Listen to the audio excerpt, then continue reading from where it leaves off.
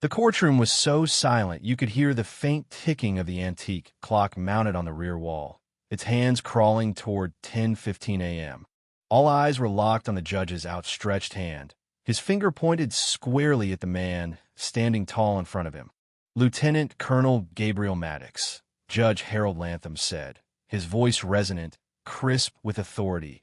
You will remove that religious insignia from your uniform immediately. The command hung in the air like smoke. Maddox didn't flinch. His back remained straight, his eyes locked forward, and the small gold cross affixed discreetly to his collar glinted beneath the overhead lights. The tension in the room prickled. No one moved. No one even shifted in their seat. It was as though time had frozen in place. With all due respect, Your Honor, Maddox finally said, his voice calm, even. I cannot comply with that order. A ripple of murmurs stirred among the gallery. Judge Lantham's jaw tightened. This court maintains strict neutrality in matters of faith, he said, leaning forward on the bench, his glasses slipping slightly down the bridge of his nose. You, sir, are in violation of that neutrality. I will not have symbols, however small, subvert the impartiality of this courtroom.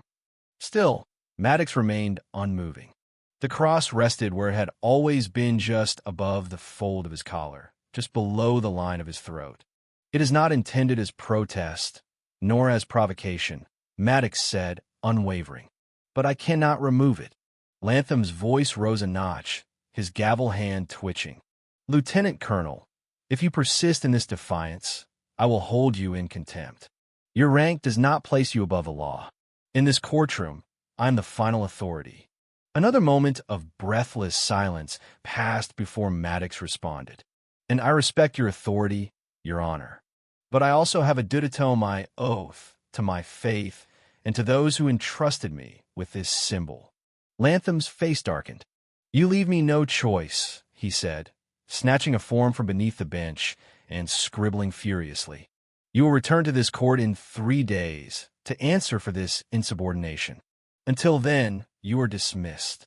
Maddox bowed his head in acknowledgement, not submission, and accepted the document as the bailiff approached. His movements were precise, practiced, but behind the discipline was something deeper, a man playing a long game, with stakes measured not in wins and losses, but in conviction and principle. As Maddox exited the courtroom, spectators craned their necks, whispering not about a defiant soldier, but about something more profound, a quiet war over meaning and authority, one that had only just begun. Outside the courtroom, Maddox returned to his private quarters, barely more than a small office tucked inside a nearby military annex. The late morning sun cast stripes across his desk through the slats of half-closed blinds. He removed his uniform jacket with methodical care, resting it on a chair beside the window. Then, with steady hands, he unclipped the small gold cross from his collar. Attached to its back was a ribbon faded crimson, meticulously preserved. At its end hung a bronze medal, the Valor Crest, the military's highest honor for battlefield courage. He held it for a moment in his palm, his fingers running across its smooth edges before closing his eyes. In that instant, the present slipped away, and he was transported back in time 6 years prior to a blistering valley in southern Kandahar. The memory hit with precision. A younger Maddox crouched low against a sun-scorched ridge, the hum of enemy fire slicing through the air. His platoon-mate soldiers deep was pinned. Smoke curled from the ground. Rocks exploded around them. And 50 yards ahead, Private Eli Weatherford was screaming in pain, his leg torn open by shrapnel, trapped in open terrain. Maddox had made his choice in a heartbeat. With bullets slicing the air beside him, he sprinted toward Weatherford, weaving between cover, his gear weighing him down like chains. He reached the young private, tied a tourniquet with one hand, and hoisted the man onto his back.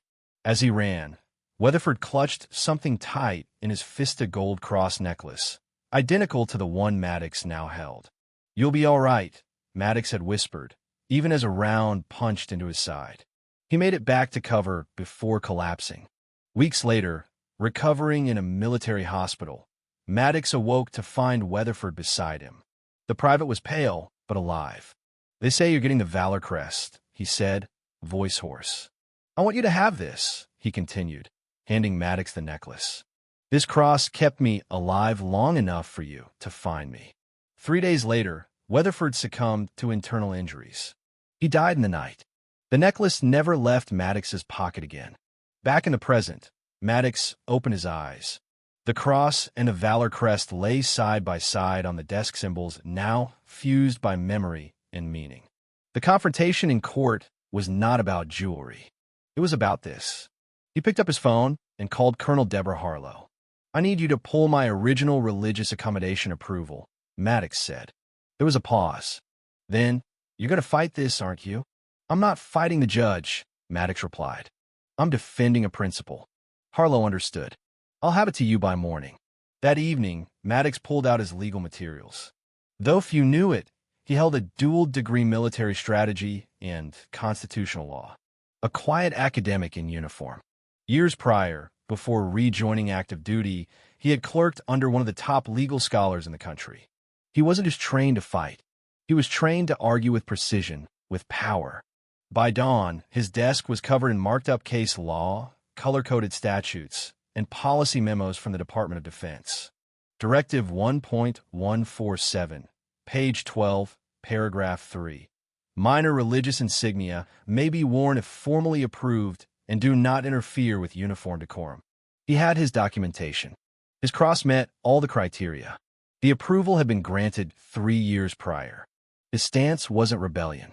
It was compliance, military, legal, moral.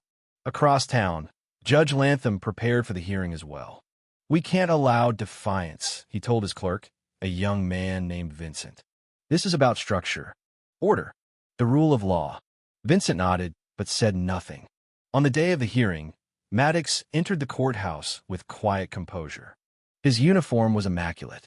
His medals glinted beneath the rotunda's stained glass dome.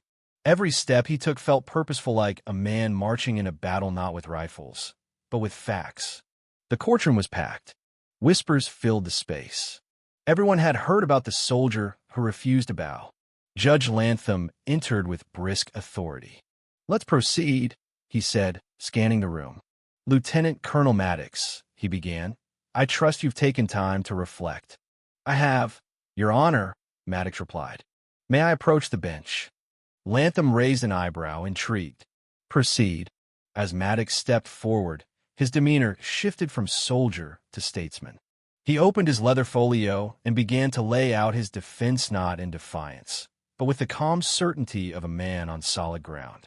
Exhibit, he said, placing a document on the bench.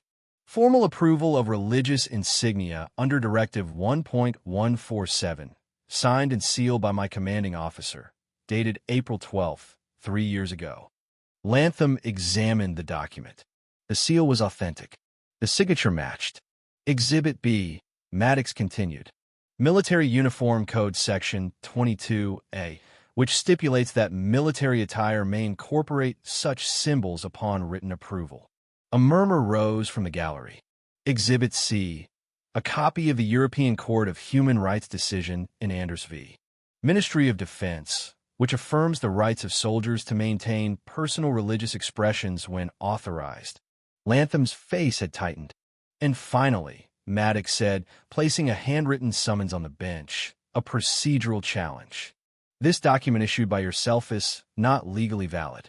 It was not formally served, lacks a signature from the court clerk, and violates Articles 14 and 15 of Judicial Process Code. Lantham's eyes scanned the paper. The color drained from his face. Your Honor, Maddox said, stepping back, you were never fighting a rogue soldier. You were challenging a lawfully compliant officer with a constitutional defense. Silence. The judge leaned back, staring at the ceiling for a moment. Then he removed his glasses. This court, he said slowly, must acknowledge it has exceeded its jurisdiction. He paused. The charges against Lieutenant Colonel Maddox are hereby dismissed. The words landed like thunder. But it wasn't victory that filled the room, it was the stillness after truth has been spoken. Maddox remained still, then raised his hand. With the court's permission, he said, I'd like to make a final statement. Lantham nodded. This cross, Maddox said, his voice now gentle, is more than a religious symbol. It is the memory of a young man who gave his life believing in something greater. And it is a reminder every single day of the responsibility I carry because I lived when he did not. He paused, scanning the room. The law must protect neutrality, but must also honor sincerity. And this symbol, small as it may be, is not just mine. It belongs to those who didn't return, those who never stood in court to speak for themselves. There were no dry eyes. Even Judge Latham's expression had softened. "I see that now," the judge said quietly, "and I thank you for your service and your grace." After the hearing, as the courthouse emptied, Latham approached Maddox in the hallway. "I misjudged you," he said, offering a hand. "No, sir," Maddox replied, shaking it. "You judged the uniform, not the man inside it. Today we changed that." The sunlight through the high windows bathed both men in gold, and as Maddox exited into the afternoon, the cross still at his collar, it caught the light once more, no longer just a symbol, but a testament to principle, legacy, and the enduring power of standing quietly for what is right.